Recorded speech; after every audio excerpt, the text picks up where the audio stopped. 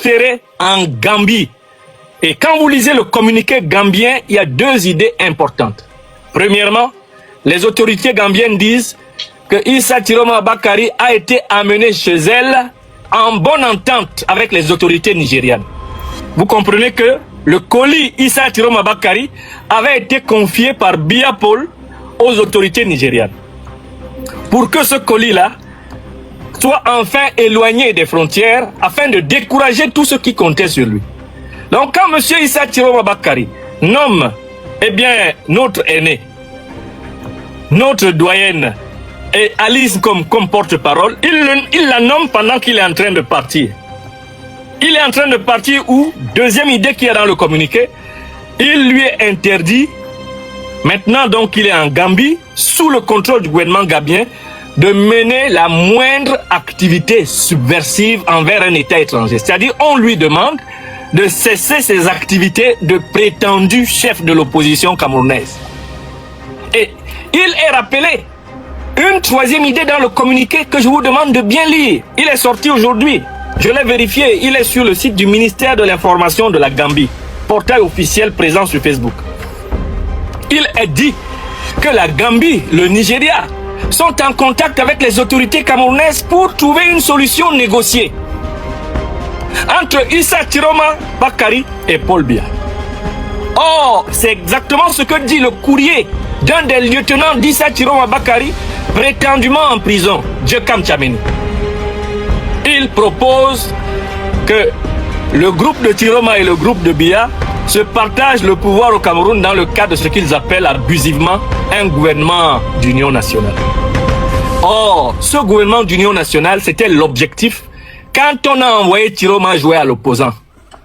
On l'a envoyé voler la lumière de l'opposition, éteindre la lumière de l'opposition, et puis il y aura un temps d'accalmie. Après le temps d'accalmie, on dit qu'il y a eu des pourparlers et on le réintègre avec sa bande dans le gouvernement, le soi-disant gouvernement d'union nationale. Vous venez de comprendre maintenant pourquoi Paul Biya n'a toujours pas proclamé le gouvernement.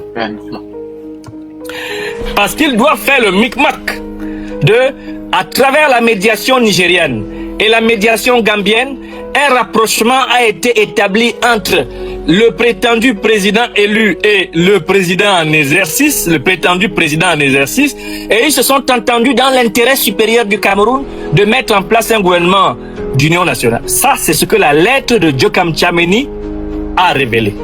Donc, vous devez comprendre que le peuple camerounais a été trompé.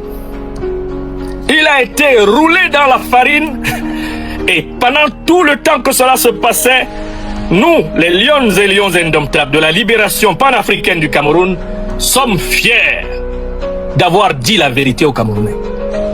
Nous avons prévenu le leader du MRC qu'il allait être exclu de l'élection présidentielle et qu'il ne servait à rien de vouloir absolument y participer dans des conditions fraudées, truquées d'avance. Il ne nous a pas écoutés, il a été exclu. Nous avons prévenu les Camerounais que M. Issa Chiroma Bakari était une marionnette du régime et qu'à un moment donné, il se mettrait dans une situation telle qu'il ne pourrait même plus participer à son soi-disant combat politique. Maintenant, les Camerounais savent que ce sont les hommes de Biya qui ont extrait Issa Chiroma Bakari de sa maison à Garoua. Ce sont eux qui l'ont accompagné pour le confier aux autorités nigérianes. Ce sont les autorités nigérianes qui ont été chargées de l'éloigner en Gambie. Pourquoi on l'éloigne jusqu'en Gambie? Pour décourager ceux qui comptaient sur lui pour faire la révolution. On l'éloigne en Gambie. C'est un accord entre Biya, Tinubu et Barrow pour l'éloigner en Gambie pour que les Camerounais sachent que c'est terminé. Une fois que les Camerounais savent que c'est terminé, qu'Issa Chiroma Bakari ne peut plus mener une activité subversive, c'est écrit dans le communiqué, alors ils comprendront que Issa Chiroma Bakari décide de négocier un retour. C'est écrit aussi dans le communiqué et qu'ils viennent récupérer le gâteau qui lui a été promis quand il est sorti du gouvernement pour aller jouer au candidat. Camerounaises, Camerounais, chers camarades de la direction de notre mouvement, nous devons être fiers d'avoir pu voir ces micmacs, d'avoir pu voir cette tricherie. Je salue ici les intrépides compagnons que vous êtes. Maître Eléa Tangan, commissaire Hélène Soka, docteur Jean-Yves Mougou, notre fille, notre jeune sœur, camarade Adrienne Kala.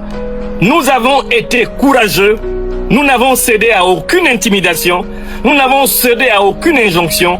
Voici que la vérité éclate.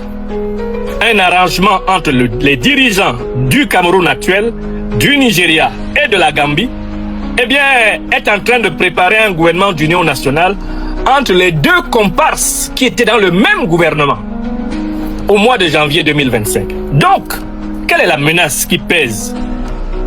Une menace supplémentaire pèse sur le peuple camerounais. C'est sa tendance, notre peuple, à écouter les aventuriers de dernière minute. Ceux qui prennent le temps depuis des années, depuis des mois, depuis des semaines, à expliquer à notre peuple les dangers qui le menacent, ne sont pas bien écoutés. Et c'est pour ça que notre peuple est exposé au désespoir.